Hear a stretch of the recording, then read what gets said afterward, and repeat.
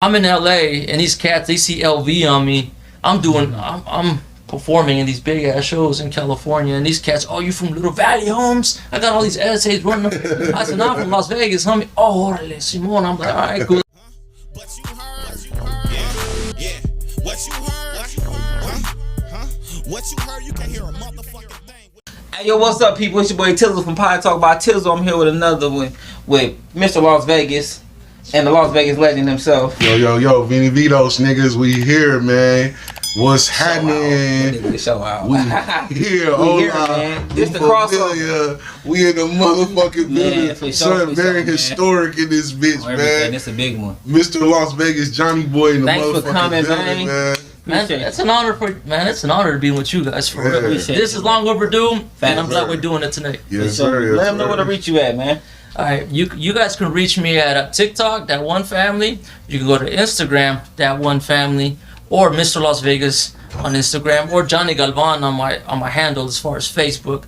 And you can go to YouTube. You can go see all my old shit on YouTube. I hardly go on there, but we're gonna be hitting that shit off. Johnny, aka Mr. Las Vegas on that bitch, you know what I'm saying, on YouTube. And we just recently started a YouTube channel for That One Family as well, where you can find all your funny shit. Yeah. But if you want some of that gangster shit, that funny shit, you can go to my old page and you can go do a drive-by, do stupid shit, whatever. But I'm saying, like, For sure, man. Run him up, man. This is well overdue, man. First things first, man. I want to say, man, kudos to everything you did for the city, man. You know, a lot of our followers, man, they probably don't even know. You know, but you've been around the city for a long time. I believe you said earlier you've been recording music and active for 2 decades, right? Correct. How did you first get into it? What made you feel like I can have a career in music or entertainment, period? Well, entertainment, period, I could say, like, when I was in the pen in the 90s, I was sitting there just freestyling, and then, and it's like, in the pen, we know it's segregated in there, but for me, we don't care about this shit, the statement about it. You had all the California politics trying to pour their shit in there. We kept saying, "Oh, fuck all that shit. I'm gonna fuck with my people and shit, my black people and shit." To me, that shit don't mean nothing to me when it comes to color. So I was sitting there spitting for them. It's like, "Hey, you're pretty good." I mean, I kind of sucked, but they hyped me up. You know what I'm saying, at the time. But I progressed. You know what I'm saying. I'm just gonna keep it 100. So when I got out, I said, I'm gonna try this shit. So I got in the studio and said, I already knew my boys from Clica One. They already Romero grew up in my neighborhood, and he's originally from New Mexico, but he grew up in my neighborhood. He knew I was one of the real deals of the block. So he was like, hey, come through. We started doing some shit together. We all started networking. And I started doing my shit, and it just came to the point where I like, you know what, I could do this shit. Because Doomsday reached out to me because they saw me out there pushing. Say, hey, you fit in our shit. And I was like, cool. I was going to sign with Doomsday. But I was like, it wasn't so much me. Playboy from Doomsday told me, like, hey, I think you could do this shit by yourself, just the way you, like, we put out projects on time periods. You're the type of cat that's going to be like everywhere. And I said, you're right, you know what I'm saying, but we'll network together. So they plugged me up with some people, and then I got to do a little distribution through some spots. So I purchased, I went through their distribution, like us manufacturing on CDs on one of my first projects. So I made a project, they produced a few of the beats, and then from there I just started going to different cities. I got CDs through in the back of my trunk. I started traveling, not just here in the state of Nevada, but I was all over California, Arizona, Texas, New Mexico, Colorado, and then so forth. I just kept pushing, and I was like, man, this shit was growing for me. And I met a guy at Tower Records, and he told me, your CDs just keep selling, let's sit down with the VP. So I sat down with the VP, and this is like 2002, because 99 is when I first started pushing. So 2002, he came up to me, he was like, hey, let's do a distribution deal. All right, cool. He was like, just give me 10,000 CDs and see how much they sell in a month. All right, cool. So I got 10,000 CDs and I gave it to him. And like in 2 weeks, 2.5 weeks, the motherfuckers was just gone, just like that. And they put it not just in just Nevada, it was just different states. So it started circulating, and it just kept going. And it was like, hey, give me more. And I kept giving them more. It's like, you know what? Let's do this. And they told me, like, we'll take $2 off the top, and you keep some money for yourself. I'm like, $7. So we did it. It was $9.99 on the shelf, $9.99, and I kept the rest. You know, they kept $2, and I kept $7, and they did the manufacturing, and they did a nationwide distribution from that day forward. I'm like, cool, fuck yeah. So they introduced me to another cat that hooked me up with a cat that just recently started a label in LA. And he was connected with Universal. He had his branch with the Universal distribution. And I'm like, okay, well, maybe we can go broader. Let's go bigger. Let's do this. So this guy is like, man, we can bridge the gap between Vegas and California since all this shit's going on. I'm all for it. Let's do it. So I'm in LA, and these cats, they see LV on me. I'm performing in these big ass shows in California, and these cats, oh, you from Little Valley Homes? I got all these essays running. I said, no, I'm from Las Vegas, homie. Oh, orale, Simon. I'm like, all right, cool. Like, they're never seen nobody from Las Vegas just stepping into their scene just like that. This is the early 2000s, and I'm sure, like, I know Clica One has, and our Doomsday has, and this is like the early 2000s, like early, like when everybody's barely getting their feet wet to know that Vegas actually had this kind of shit popping up. So, I mean, I just started expanding. I started doing compilations too to get other people from different sides of towns on projects too, and it wasn't so much about me anymore because I felt the same way like you guys feel was putting Vegas on the map. And then to me, there was no color when it came to this shit. I was like, let's do this shit, you know. Man, I always try to stress to our younger audience, right? Let them know how much the hustle matter more than the talent. You know what I mean? Because like a lot of people make it off of pure hustle. You know what I mean? Off the grind. Like it's like 15% talent. You gotta have that will and that grind. That's probably why dude told you like, hey yo man, you probably need to go. Yeah, you might need to go solo because your grind is different. You know what I mean? So what could you say? What do you got to say about that? I can say that I never been the best rapper, but I could say I was on that Master P level shit because when it came to the hustling shit, you have to be consistent. You gotta believe in your shit. You gotta do more. You have to put money behind your product, no matter what it is. Even if you're out there drug dealing, the same shit. You gotta push this shit. You gotta be out there marketing your shit. In their face. Exactly. You keep it in their face. And I've done that for several years. And I felt like me doing this here in Vegas, I've been shined off a lot for what I've done for the city. And I've never been the type to get pissed off over it. I'm like, whatever. Yeah. They're gonna see me eventually. I don't give if it's 10 years from now, 20 years from now, whatever. Right. It's like now here we are, to this point where people need to see this shit. Like people need to understand that there's been the Mexican background for so long in the city that people never really acknowledged it. The fact that there's been Vegas rappers that are Hispanic, and me and Clica One, we were the roots right along with Murderous Click and Doomsday and Stacy G, from back then. Even 420, we were the roots from back then. 20, I ain't heard of them in a while. Yeah, and I had to throw them in there because when I was young, sir, I bought a tape. It was originally, they were called Murder One, you know what I'm saying? Because they had Mob G Black and they had D Hoodlum, which he was from y'all hood, he was a blood too and shit. Absolutely.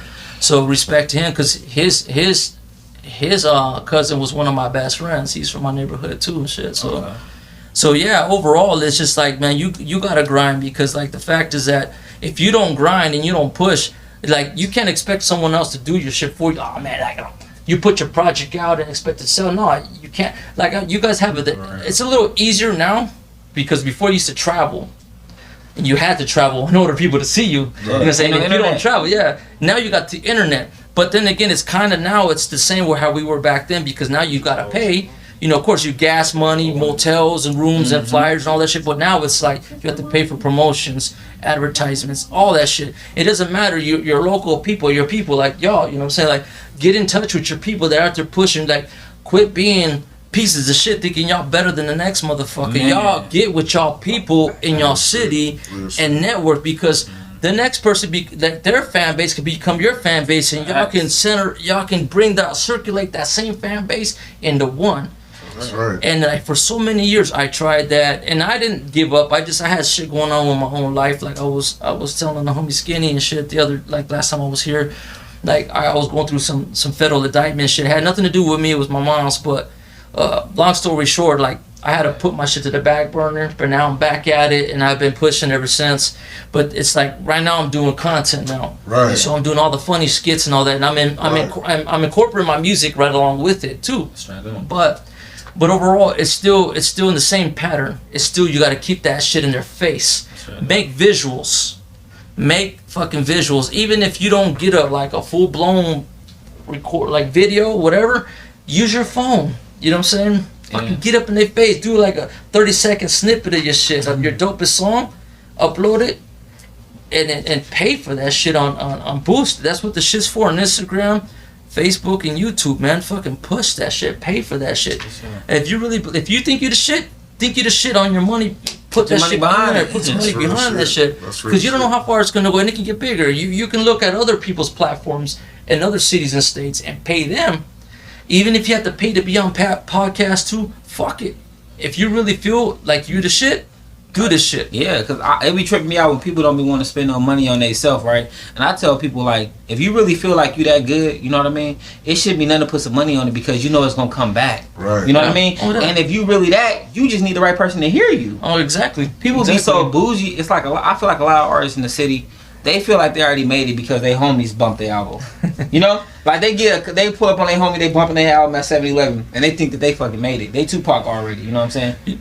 You know what's crazy about 7-Eleven? I was gonna go to 7-Eleven too because I had a distribution with 7-Eleven with CDs. The last remaining of the CDs when CDs were dying off. Yeah. When Tower Records was gone, Sam Goody was gone. All we had left was 7-Elevens. Yeah. And then we had a distribution with 7-Eleven, and I was that Vegas guy that had that 7-Eleven market. Straight up. That's all you across the United States. You know 24/7. what I'm saying? I hopped. I hopped in that bitch, you know. I had to, you know. I had to. Grind, though. Had to, you know. And after that, it was done for my CD sale. So, so let's talk about how you got the name Mr. Las Vegas. Now, when you first came out with, that's like some King of the South shit. You know, that's like when T.I. came out with King of the South. I know motherfuckers had something to say about that. Well, I mean, we had some people that felt some kind of way, but at the end of the day, it's like Las Vegas is a Spanish name. You know what I'm saying? It was a. There's history behind it, not just so much that I can speak upon it, like as far as what today it means. Mm-hmm. But like me, I'm Mexican, but I also got a little Italian in me. But the Mexican term, when it comes to Las Vegas means the boulevard, the meadows. Mm-hmm. That's the Spanish word. And everybody knows that this used to be Mexico at one point in a period of time. So this is where everybody used to stop here and all that, you know what I'm saying? But to get long story short, when I decided to use the term Mr. Las Vegas is because I felt I was self-made. Yeah. I was an entertainer and I had a criminal background just like y'all, you know what I'm saying, that gangster background, and I was a businessman on top of that. So I combined all that in one because not too many people back then were able to fuck with me as a solo artist, not as a group, but as a solo person, because the groups they had their money, they all had people behind them pushing, you know, and me, it was just me. Yeah. So that's why I took that title name, and no one stepped up to say, hey, I'm gonna take that name from you, because the fact back then they couldn't deny the fact that I was actually that man, you know, solo tip, because everybody else, there was groups back then. Facts. And I mean, Stacy G, you know, saying that that was the only as far as solo artists. Mm-hmm. Then you had Doomsday Murders, Click 1, 4Dub, and then you had Las Vegas Finest, and you had all these groups, and then here's me. You feel me? So that's just where I come about, like, Mr. Las Vegas is a bitch. I used to give lap dances to girls and shit. I was stripping. I was a male escort. I was prostituting myself. You know what I'm saying? I'm on the edge. I'm thinking about selling some shit too, man. Yeah, go for it, bro. There's some money in that shit, bro. Yeah, just go out there, lift that some fucking legs, just go for it. You know. I hooked up with old women before. You know what I'm saying? They pay me top notch money. Some of your music, like the gangs of Las Vegas. You know what I'm saying? I think the truth should be known about Las Vegas. It all started by Bugsy Siegel and his mob of gangsters. They were players and hustlers that lived by the gun. They were the most dangerous and most feared that did it for fun. They were killers on the down low, so no one would know. They were so powerful, they had the police under control. That's like basically what you saying now is what you say in your lyrics, and that's what I've been like trying to push to people about you, that stands out about your music. Because everything that you done put out, it's been about Las Vegas. It's been about your story. Like, before we had these outlets and before we had, you know, this media attention on Las Vegas, like, all you had to do is turn on your music. Yeah. You feel me? Yeah. And like, the thing that also struck me too is the delivery, right? I'm not a fan of the delivery because I feel like I'm a little bit, it's behind. But at the same time, I don't think you rap like any of the Mexican rappers that I know of. Yeah. You know what I'm saying? You kind of was rapping like the Vegas rappers of the time. Yeah. You know what I'm saying? Like your flow and just how you always presented your shit. I think it was very unique.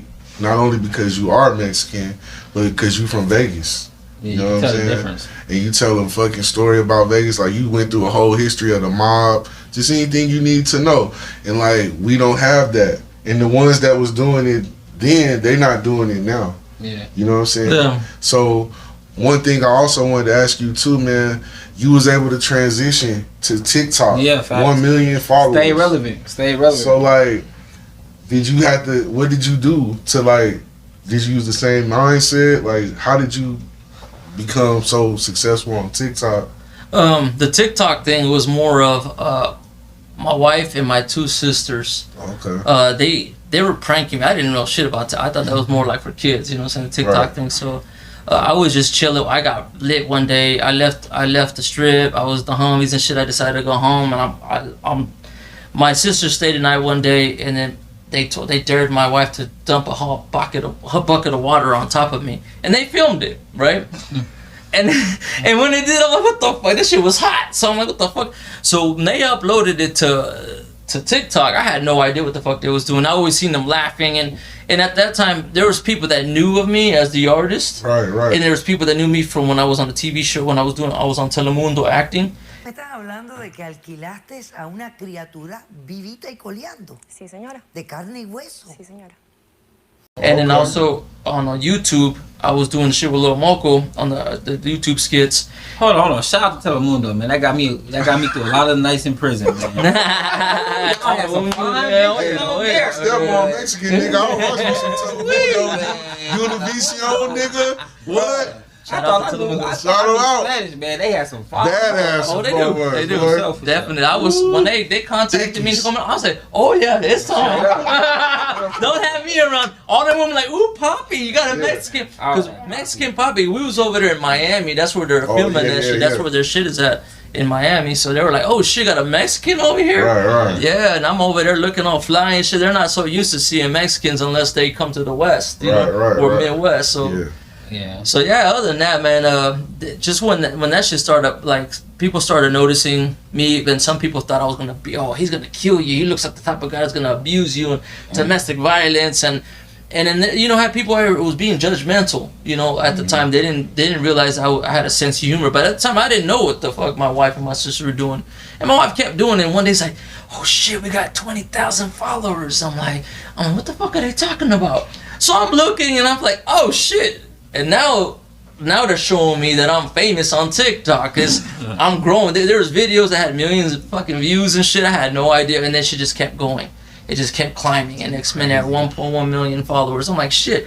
But prior to that, it was just like I was already doing comedy before, but not like how active as I was. And I before, you know what I'm saying, it's like you had to watch your character around certain people. Some people felt like you had to portray a certain image. And to me, I've always felt I could do whatever the fuck I want. You know what I'm saying? I'm a Vegas guy. I'm from the East Side. I'm funny. I feel like I was kind of sexy back then. Right now, I'm not. I fucking got a gun and shit. So but I'm not even cut and ripped anymore and shit. So I'm not as sexy as I used to be. But back then I felt I could do whatever the fuck I wanted to do. So shit started climbing, whatever. So now I'm back in the gym, whatever. I'm about to, you know, get it right. But yeah, that's just what happened when I transitioned into that. It came to the point where I told my wife, I was like, we're gonna take this to the next level. Let's do it. Yeah. So we started turning it into a business.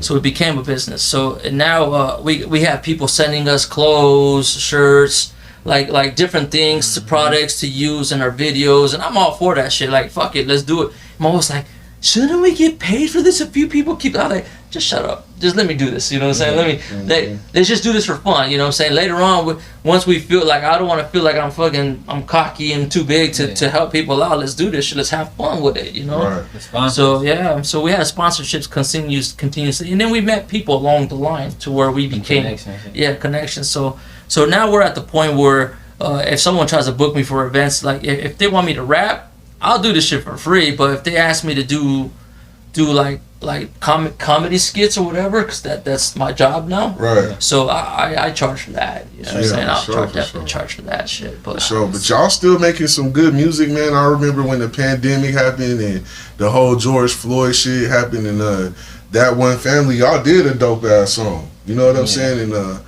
y'all got talent in your whole family. So the music element, I still see is being used and being pushed. yeah. And now your audience is like 10 times bigger. Yeah. You done expanded beyond Las Vegas. You know what I'm saying? So shout out to you for representing and wearing the Las Vegas flag, the jersey, amongst the motherfucking and broadcasting masses. your family as well. Yeah, your I family also want to too. give a shout out to your wife and your Yeah, kids, salute. man, because it's like it's good to see that, bro. Like, you know, you came by the other day when we sat here. You came by to get a shirt. We sat here for like a damn near hour and a half talking. Yeah. Talking, you know, just chilling, right? Yeah, because I just want to be like real with everybody. I'm not trying to be like fabricated or anything. You know what I'm saying? So, And But you that's what I talked about like, your too. kids and your family. You talked about your wife a lot, man. It's dope to see a person like express his love and like you said today. You was at the beach. You know what I'm saying? Vegas, Mandalay at Bay, Mandalay Bay. And you said you and your wife. You had on her face and she had on your face. You know what I mean? yeah, on the short like yeah. that's dope, man. You know what I'm saying? That's dope. And then you said you got your two sons doing music. Yeah. Yeah, they dope. Yeah. Shout out to your sons as well, man. You know. Osis and Jay was Spinoza. My youngest one, he's 21. Tell him, come on, man. Come on the show Yeah. next, man. I was trying to bring him, but he didn't wake up on time. You know what I'm saying? He's all night. Just he feels that he's dope. To him he feels like he's still exercising and shit. Yeah. So he's just doing all kinds of I said, stop that shit, son. Stop that. You know, I was like, you're fucking dope. No, but dad, you're not hearing me. I'm like, Yeah. you know, as a father, like, all right, whatever, son, go for it. My other son's like, all right, dad, let me do this reggaeton shit. Like, dude, go for it. You know what I'm saying? All Spanish music, go for it, because that's a huge market. Yeah. Right. Because you got Bad Bunny, he took over Drake's numbers when it comes to streams. He global. Yeah. Yeah, he's shit, fucking huge. I'm like, fuck. Spanish is a bigger Yeah. language than English. But you know what but I'm if you saying? tap into the American market, now you're making it bigger, because that's what Bad Bunny did. He tapped into the American market, and that's what made it him bigger. Yeah. If he didn't tap in, then he would have been like side by side with Drake. But once he tapped into the American market, it was all over from there. You know what I'm saying? I'm like, I told my sons, hey, you better use that to your advantage. You can speak Spanish, you know what I'm saying? I can too. Right. I was like, you better. Back then we was doing Spanish music too, but like, oh, that's that Mexican shit. I'm like, that's fucked up. Like, what the fuck? I was gonna ask you, do you think those Spanish songs did more streams and had a more following, or you was ahead of your time? Because I heard songs in Spanish. I'm like, well, I don't know what this nigga talking about. I can say I was ahead of my time, and I've been told that I've been ahead of my time back then. You know what I'm saying? Because we were doing the shit that now that Bad Bunny and all the people that fuck with him, they're doing that Latin trap. We were doing that gangsta Latin rap. You know what they consider Latin trap, we consider gangsta rap, but it was in Spanish. We mixed it both. So back then, that's where it was sitting at. Is that when me and Clica One was doing this shit, like the cats in LA, like they're trying to rap like they black, but we spit in Spanish too. It's like we lost no matter where we went. Like I was just telling him the last time I was here, was like, we're not Mexican enough in Mexico. We're not even American enough here in the United States. Right. So it's kind of like we lose either way. That's how we is with Africa. For real, that's how we is with Africa. See, Africa look at us like you ain't black enough. And then that's why we get along so much, because like even my aunt just I want to go see my grandpa. He's on his way out. Like bless him. We're in California, and then my aunt was showing me our bloodline, you know what I'm saying, our tree. They did that ancestry thing that she submitted her blood, and we had like 18% Italian? no black. Oh, black? Oh, yeah. In our You Italian too, right? Yeah, So I we have mean, a them niggas is black. Yeah. You know what I'm saying? So it was Mexicans, like- we all Yeah, the so same. she was like, "Oh shit!" Like, okay. See, the game like, is different now because you can actually find out what you are. You know Yeah. what I'm saying? Like one of my partners hit me up the other day. He was telling me like he did the Ancestry.com, man, and he like, damn man, I got Indian in me, I got white in me, I got so much stuff. But it's like now we have the research to actually know. You know what I mean? But we're all old enough to know. Really, it's more about where you at. You know what I mean? It's more about where you grew up at, because you could be white, black, Hispanic. If you grew up in certain areas, you know what I mean? Poverty. you become that product. Yeah, you're the product of that. It doesn't matter. Like I was telling somebody the other day, like I grew up in Vegas, so I never really I'm born and raised here, right? So I never really felt real racism. You know, I haven't really. I'm gonna keep it real. I never felt like I went to Utah one time and we was at a light and someone was like, "You nigger," it fucked me up. I'm like, damn, like people really, you still thinking like that in 2007? You know what I mean? But like as far as Mexicans and stuff, bro, those was my partners in school, man. Right. We went to school together and all that. I remember in elementary when like I started seeing a lot of Hispanics in the north, right? It's like they started telling us like y'all gonna have to learn Spanish.